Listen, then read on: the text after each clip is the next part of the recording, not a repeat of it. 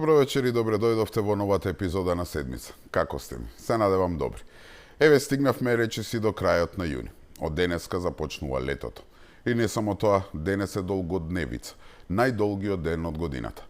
Времетраењето на денот, односно дневната светлина, траеше нешто повеќе од 15 часа, а во исто време ова ќе биде и најкратката ноќ. Треба да трае само околу 8 часа и 40 минути. Значи од утре веќе ќе почне полека да ни се скратува дневната светлина. Искрено мислам дека Македонија можеби треба да размислува за промена на временската зона.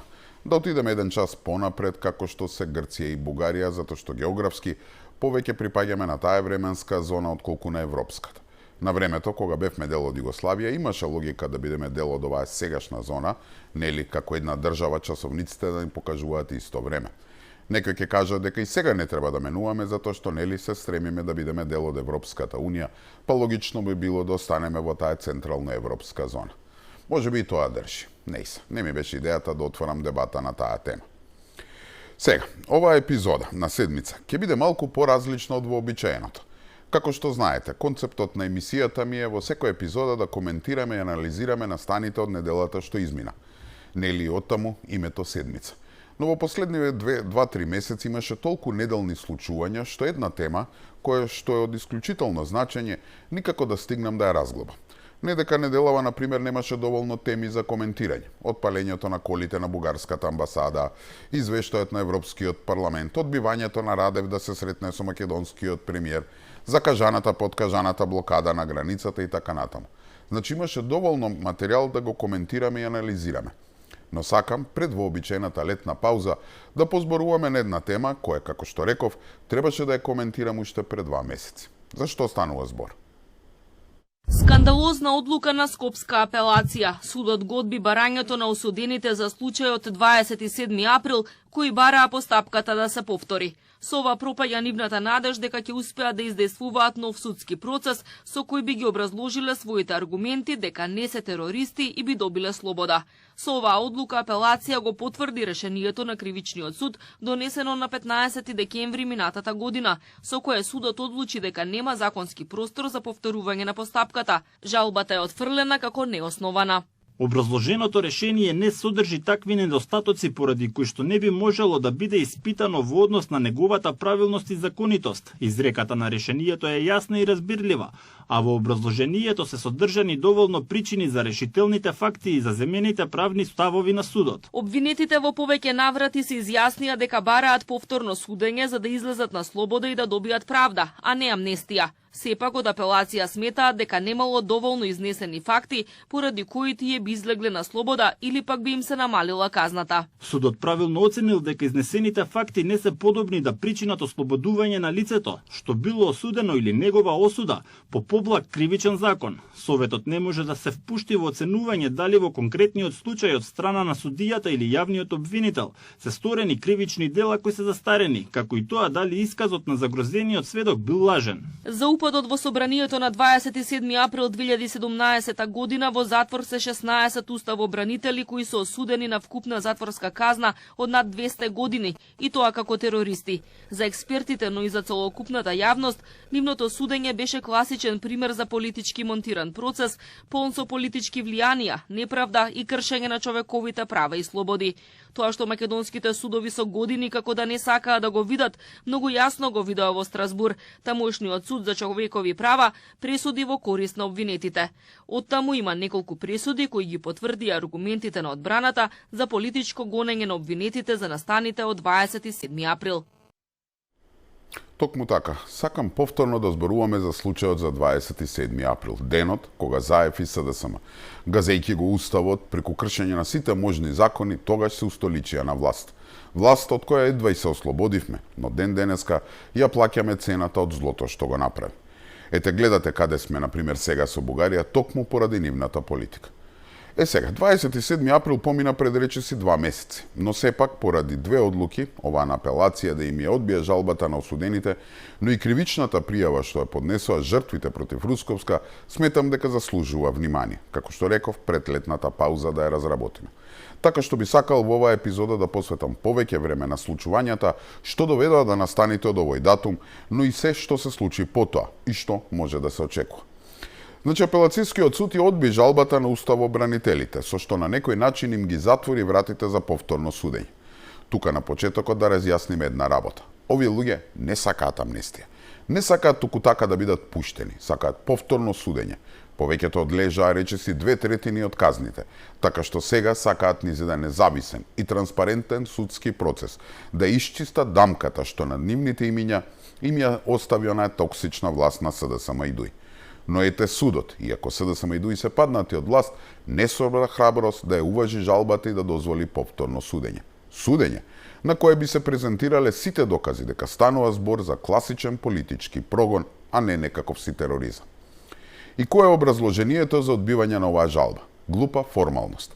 Наместо да утврди што навистина се случило, апелација одлучи да се повика на тоа дека нема правосилна пресуда за лажен исказ и дека не е поднесена кривична пријава против обвинител. Луѓе, судот има обврска да ја утврди материјалната вистина и не може да ја условува оценката на доказите со постоење на друга кривична постапка. Материјалната вистина значи едно. Што навистина се случило? Дали некој лажал? Дали постоеле притисоци? Дали доказите се веродостојни?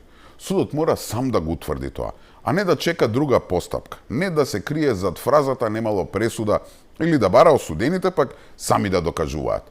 Со ваков пристап не се штити правдата, туку се штити формата.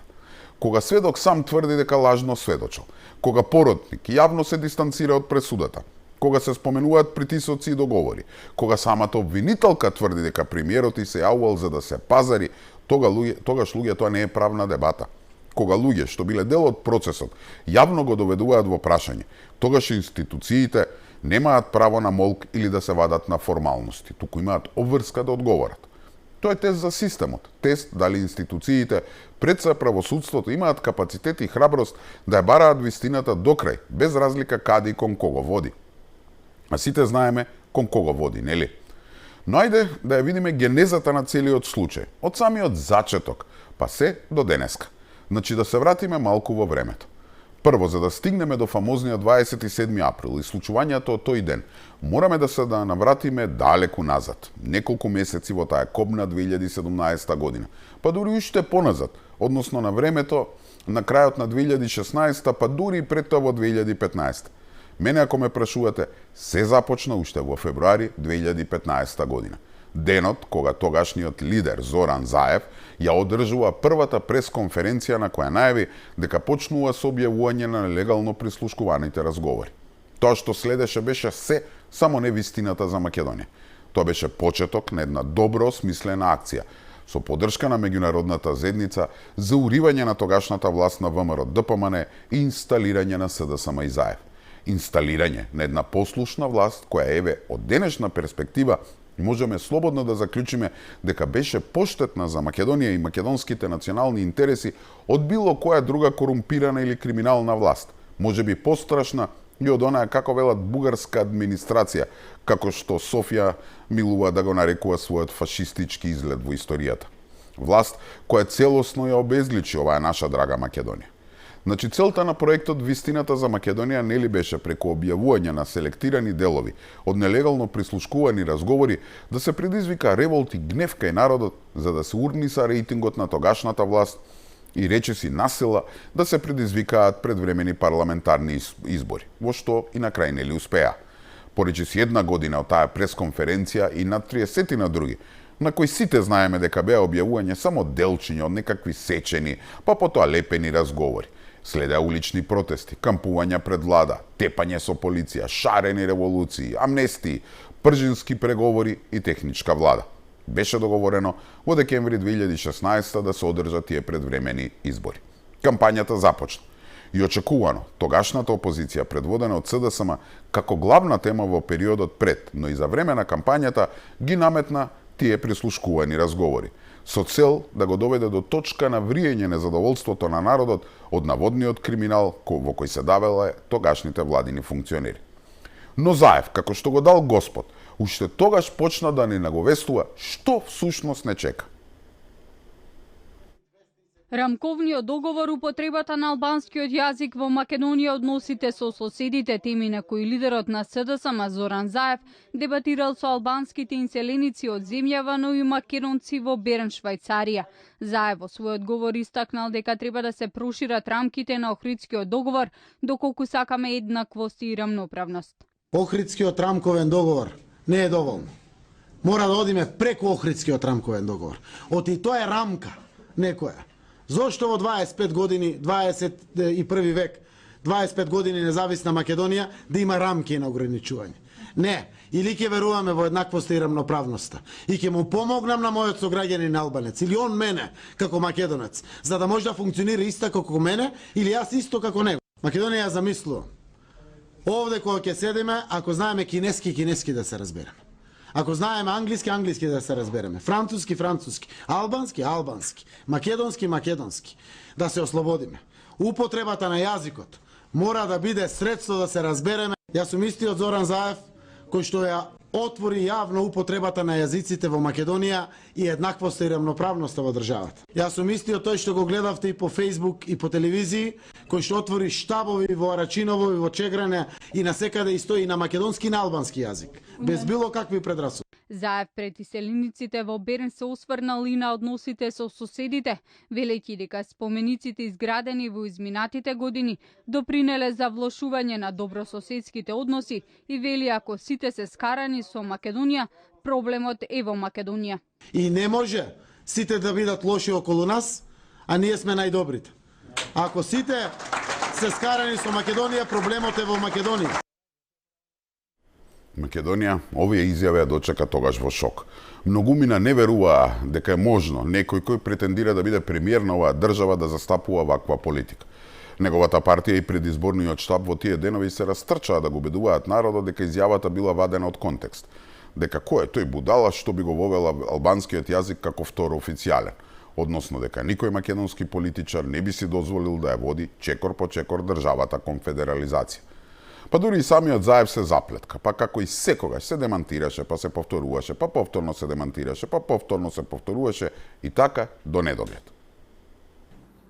Не порака. Без сметам на албанските гласови за СДСМ, за коалицијата предводена од СДСМ. Без разлика дали ние ќе имаме коалиција со албански партии или не. Јас сметам на албански гласови во овој процес на избори пред кој што сме исправени. И очекувам СДСМ да добие најмногу албански гласови, па после некоја друга политичка партија од албанскиот блок. И ги имаме сите причини на светот тоа така да се случи. Од денешна перспектива сите знаеме која е вистината, но тогаш ете многумина се уште не можеа да веруваат дека овој негов проект ќе стане реалност. Како и да е, кампањата нели си врвеше. Специјалната војна против тогашната власт беше во полнек. Сигурно и самите ги памтите протестите за Тамара, Нешковски, оние кампови пред владата, како што реков судирите со полицијата, палењето на канцеларијата на председателот Иванов во центар и слично.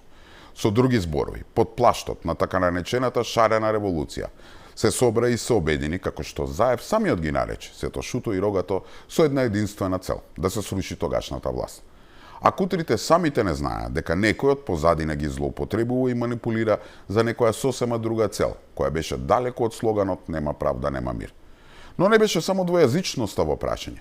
Се повеќе се наговестуваше дека мисијата на самопрогласениот Нобеловец и оној кој сега плови со јахти по Халкидики не завршува тука. Многумина веќе почнаа да стравуваат дека собирањето симпатии кај албанците е само средство достигнување до главната цел, а тоа е името Република Македонија. Значи кампањата заврши, дојде денот на изборите 11 декември 2016 година. И резултатите ги збунија командантите на оваа специјална операција за рушење на власта. Според официјалните резултати, ВМРО тогаш освои 51 пратеник, СДСМ 49, ДУИ 10, БЕСА 5, Алијанса на албанците 3 и ДПА 2. Со други зборови, и покрај сите овие напори, манипулации, шарени револуции, ветувања кон албанците, поддршка од меѓународна заедница и кои се не, СДСМ Заев ги изгубија изборите. Овој факт сам по себе говори колку ги бидува. Јасно беше дека ниту ВМРО, ниту СДСМ ќе може да се остават влада без учество на албанските партии. Пред се без ДУИ. Знаејќи го, албанците не само во Македонија, туку и во регионот, ја видоа својата шанса и го испорачаа својот услов за формирање на тогашната влада. Tirana zyrtare ka përgatitur një dokument këshillimi për partitë shqiptare në Maqedoni. Vizion Plus ka mësuar se nesër kryeministri Edi Rama do t'ja përcjell këtë dokument drejtuesve të subjekteve politike. Në të kërkohet unifikimi i qëndrimit për ruajtjen e интересit të shqiptarëve. И навистина, ден по ова објава на албанската телевизија Македонија дознат за така наречената тиранска платформа. Во главниот град на Албанија, под покровителство на нивниот премиер Еди Рама и представници од Косово, лидерите на партиите на албанците во Македонија го потпишаа документот со кој Македонија се доведува до работна федерализација. Документ кој станува услов нели за сите македонски партии, ако сакале тогаш на времето да добијат албански партнер во владата. И Македонија повторно беше во шок. Многу мини тогаш не веруваа. Прво дека постои ваков документ, а потоа не веруваа дека постои политичар што би ги прифатил овие услови само за да се дограби до власта. Но тука сгрешија. Како што знаеме, ВМРО ДПМН ја одби платформата и затоа Груевски не успеа да се договори со својот дотогашен партнер Ахмети да се остави влада, па мораше да го врати мандатот. Ама веднаш тука се најде Заев, кој по се изгледа немаше ништо против да ја прифати уцената од Ахмети и другите партии, за да на 27 февруари го извести председателот Иванов дека има обезбедено 67 пратенички потписи. Со други зборови, тој се договорил со Дуи да си формира влада. Гневот на народот, кој беше голем и резултираше со формирање на иницијативата за заедничка Македонија, која на истиот ден, односно на 27 февруари ги започна првите протести низ Скопје, а потоа и низ другите градови низ државата. Народот беше гневен, но сепак воздржан. Цели 2 месеца и секојдневно се одржуваа протести. Се собираа илјадници луѓе по улица и за разлика од протестите на шарената револуција, немаше ниту еден единствен инцидент. Целта на овие протести беше да се изрази незадоволството на македонскиот народ против уцените што ги поставија партиите на албанците за влез во влада. Или кратко кажано, целта беше да се одбрани Македонија и да се одбрани уставот. Всушност да се спречи тоа што денес го доживуваме. Од македончување на државата. Без разлика на тоа што народот веќе беше излезе на улица, креаторите на проектот Заев за премиер не попуштија и во позадина си го туркаа планот за негово устоличување во зградата на Илинденска. Председателот Иванов во обид да спречи спроведување на тиранската платформа тактизираше со доделување на мандатот, така што битката тогаш се префрли во собранието. Односно се кршеа копија околу изборот на нов председател на парламентот. После околу 20 на продолжение на конститутивната собраниска седница, доаѓаме до кобниот 27 април. СДСМ и партиите на албанците инсистираа, па дури се закануваа дека ако треба и насила ќе го изгласаат Талат Џафери за нов спикер и така да ја превземат контролата врз собранието. Седницата се претвара во хаос, а како сол на рана се случи ова.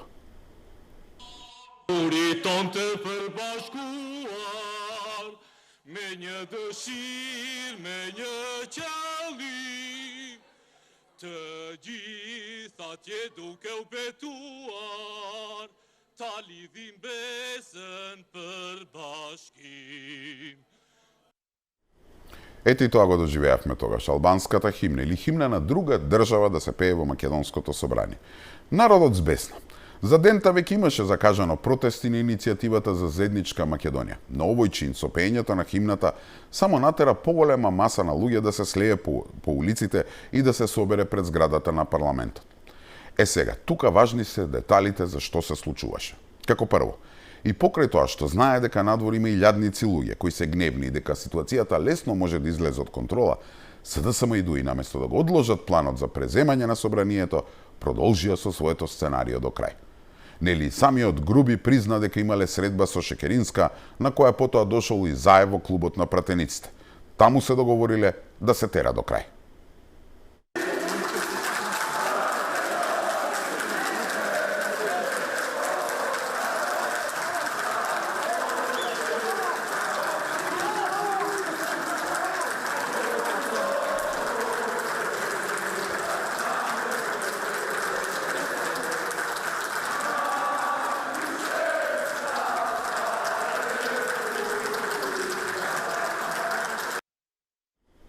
Ова е начинот на кој Талат Џафери беше избран за нов собраниски спикер. Со целосно игнорирање на деловникот и со грубо прекршување на уставот. До ден денеска не постојат или барем не се споделени со јавноста било какви стенограми од овој избор или пак список на пратеници што гласале. Нешто кое е потребно за било која седница да биде легална. Значи флагрантно се прекрши уставот. И сега, кога оваа вест допира до луѓето што се насобрани надвор, ситуацијата излегува од контрола и народот стигнува пред самите собраниски порти. Тука е вториот важен детал, кој многумина го занемаруваат. Заев и неговите компањони, наместо да го напуштат собранието или да се евакуираат во безбедна просторија, нели постои опасност од надвор, тие решаваат да одат во пресцентарот, кој всушност е една обична просторија веднаш над главната сала за одржување на седници, целосно необезбедена и лесно достапна. Како некој намерно да сакаше да иритира толпата или да биде нападнат. И тука нели се случи најголемиот инцидент. Моја земјо, нека ни е честито изборот на нов председател на Собранието на Република Македонија и нека ни е со среќа на сите.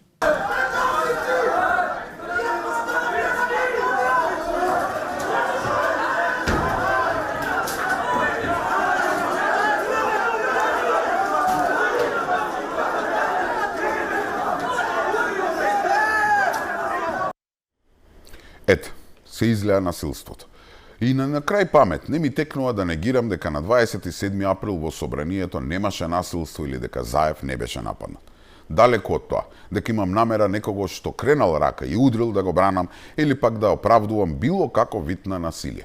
Значи далеко од тоа, дека некој може да тврди дека немаше насилие тој ден. Но исто така, не можеме да се правиме слепи кога гледаме или сме сведоци на нешто што се гледа од авион дека е испровоцирано. Еве ќе кажам, може би некој Заев го има наместено тој ден и тој миг да остане таму, наместо да се повлече на безбедно место.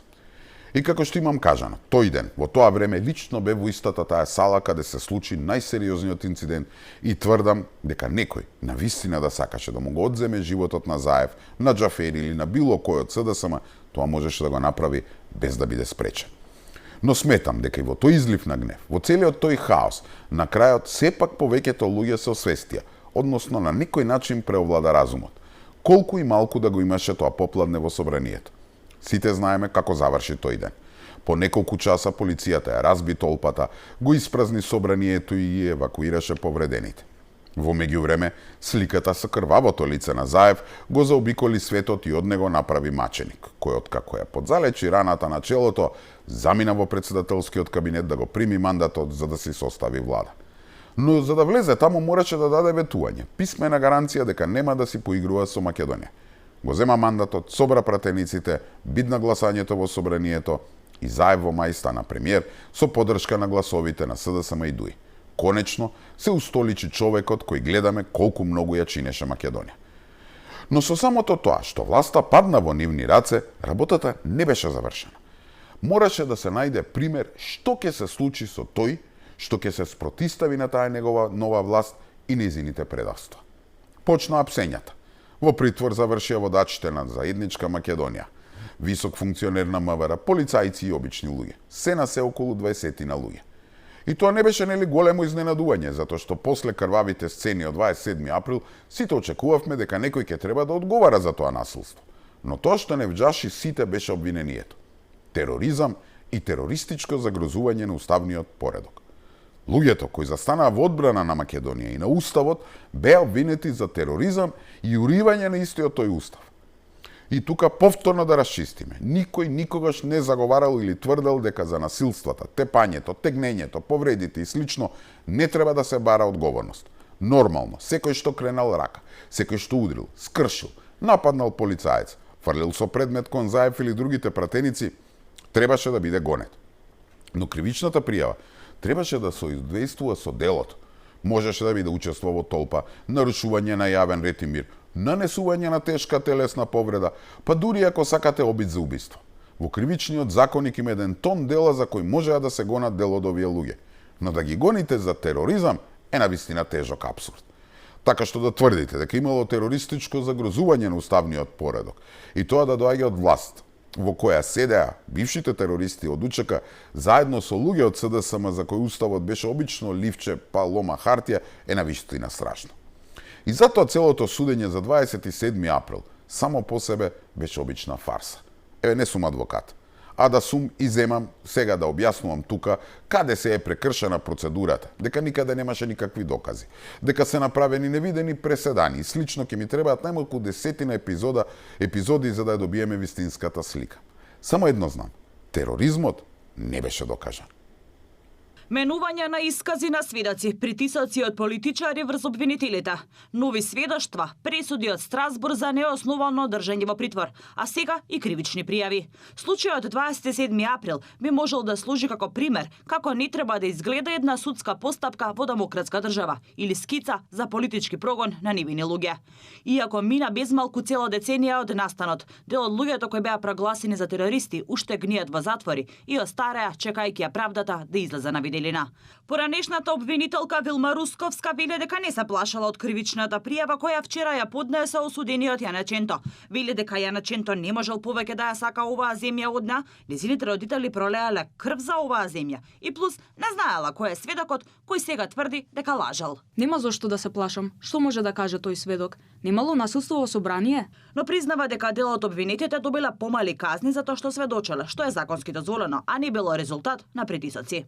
Но од друга страна, осудените велат вистината е поинаква. Самиот процес отвара повеќе прашања, како на пример тоа што клучниот сведок Александар Василевски Нинџа неколку пати го менуваше исказот, а токму неговото сведочење беше меѓу главните за пресудите и доби најмала затворска казна.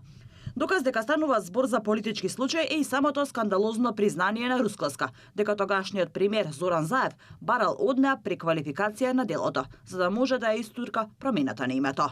Ми се јави телефонски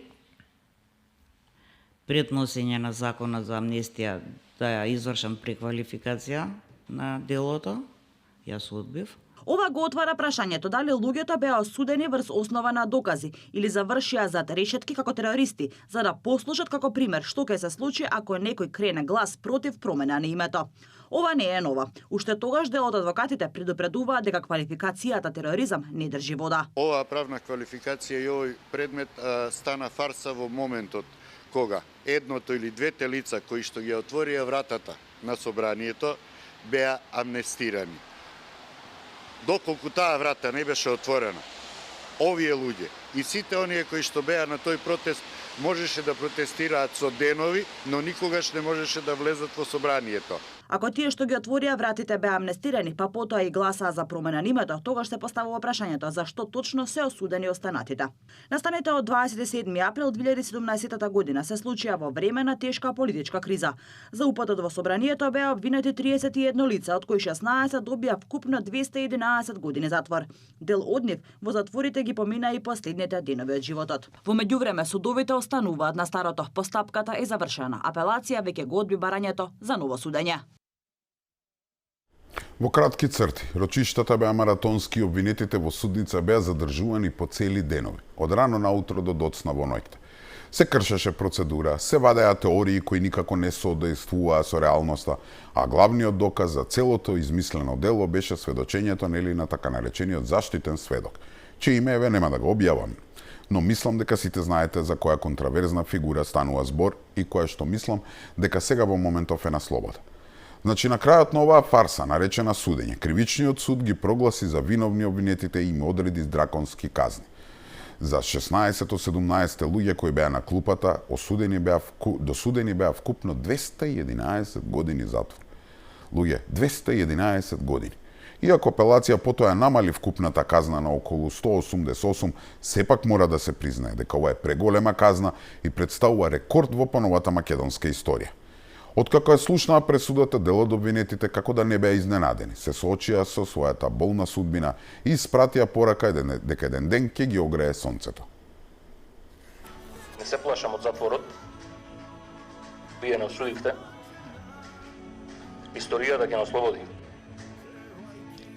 Еден ден ќе угрее сонцето на слободата. Да живее Република Македонија. Да направив 10% од она што го направив за Македонија и македонскиот народ, во Хрватска ќе бев прогласен за херој. После се што направив за Македонија и за нејзините граѓани, во име на тие исти граѓани, сум прогласен за терорист и сум осуден на 12 години робија. Тука сум понижен. Требаше ја 15 да изедам. Македонија на тој ден ги доби своите политички затвореници. Цели семејства останаа растурени. Родителите ги спратија ги гледаа своите деца од затвор. Сопруги останаа со солзи на очите, а деца да растат без своји татковци. Правдата беше погазена. Но важно, власта беше задоволна. Теренот беше расчистен за тоа што следеше. А што следеше? Целосно исполнета тиранска платформа. Но сметам дека исполнувањето на тој документ беше само еден мал дел од целиот мозаик заради кој прави македонци гниеа по македонските затвори осудени како терористи. Вистинската цел на таа операција стана очигледна уште пред да биде соопштена оваа пресуда. Нашиот влог во компромисот е дефинирање на прецизирано македонско име за нашата држава. Име кое е достоинствено и географски прецизно. Република Северна Македонија, со превод на сите јазици. Името е предвидено да биде за севкупна употреба, а ќе се прецизира со амандман во Уставот. Сега се прашувате каква врска има капитулацијата со договорот од Преспа со настаните од 27 април.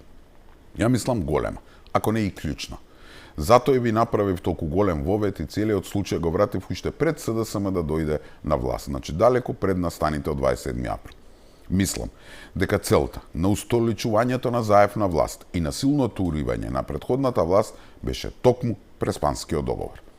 Уште пред почетокот на кампањата се виде дека тогашниот опозиционер Заев, за разлика од таа власт, е подготвен да преговара со Грција и да направи отстапки кои досега ниту еден политичар не бил подготвен да ги направи.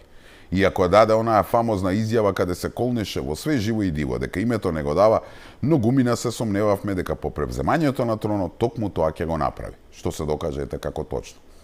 Но веројатно тој, но и неговите налогодавци предвидоа дека таква капитулација нема лесно да биде проголтана од народот и дека целиот план може да им пропадне и да ги плесне по лице како бумеранг. И тука доаѓаат драконските казни и прогласувањето на луѓето 27 април за терористи. Тие требаше да послужат како пример, дека секој што ќе го крене гласат, секој што ќе се дрзе да се бунтува и на крајот да излезе на улица да протестира, ќе заврши во Зандана. И не само во Зандана, туку и таму треба да им се вади душата.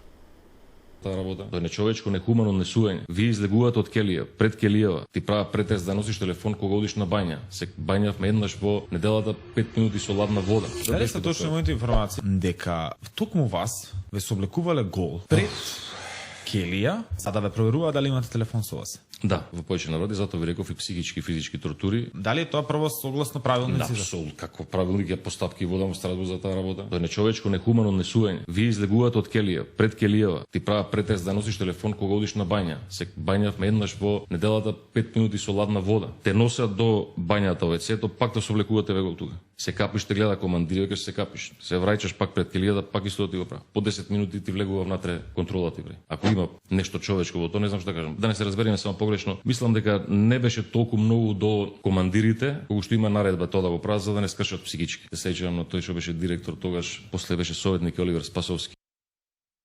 Ајде една мала споредба да направиме. Значи, Јане на времето, со помош на семејството и пријателите, понуди над половина милион евра гаранција за да не гние во притвор. И судот не само што не прифати, туку ако памтите, насила го преведуваа затоа што наводно не ги почитувал условите на домашниот притвор, што беше тешка измислица. А еден Стефан Богоев, по едва и 2 дена притвор, го пуштија да излезе со гаранција од само 55.000 евра. И тоа не во домашен притвор, туку само му го зедоа пасошот и му забранија да излезе од Македонија. Да не му текне до Грција да отиде на одмор или ете на Крштевка во странство, како што направи нели еден од луѓето блиски до Дуина кој дури му дадоа пасош за да замине. Не се. Едноставно, значи, со ваквата пресуда и ваквата тортура требаше да се исплаши народот за да се протурка промената на името. Што до некаде нели им успеа, иако референдумот им пропадна. Сепак, онаа насилна промена на уставот за промена на името помина без народен бунт. За да биде абсурдот поголем, односно заканата до народот да биде до крај испорачана, нели ослободуваа од притвор и амнестираа пратеници осомничени токму за 27 април и ги носеа во собрание да гласаат за промените. Значи, со еден удар, две муви. Да резимирам. Луѓето страдаа во затвор. Нивните семејства поминаа низ невидени трауми. Деца растеа со својот татко зад решетки. Некои дури и починаа за власта да ја спроведе тиранската платформа и Македонија да почне да се федерализира, да се спроведе капитулацијата со Грција, да се смени името и продаде идентитетот и на крај целосно да се одмакедончиме со попуштање кон Бугарија во однос на јазикот, културата и историјата. Затоа оние луѓе што гниеа зад решетки не се терористи. Туку некој треба да ги нарекуваме херои. Тие имаа храброст навреме да го кренат гласот против сите оние предавства што ни се случуваа во изминатите години и за тоа платија, море уште плаќаат превисока цена. Тоа го минаа заради нас, заради Македонија. И да не биде дека тоа е само мое мислење. Например, едно од истражувањата на агенцијата ИПИС покажува дека цели 45,6% сметаа дека осудените немале фер судење, а огромно мнозинство од 50,4% сметаа дека процесот бил монтиран.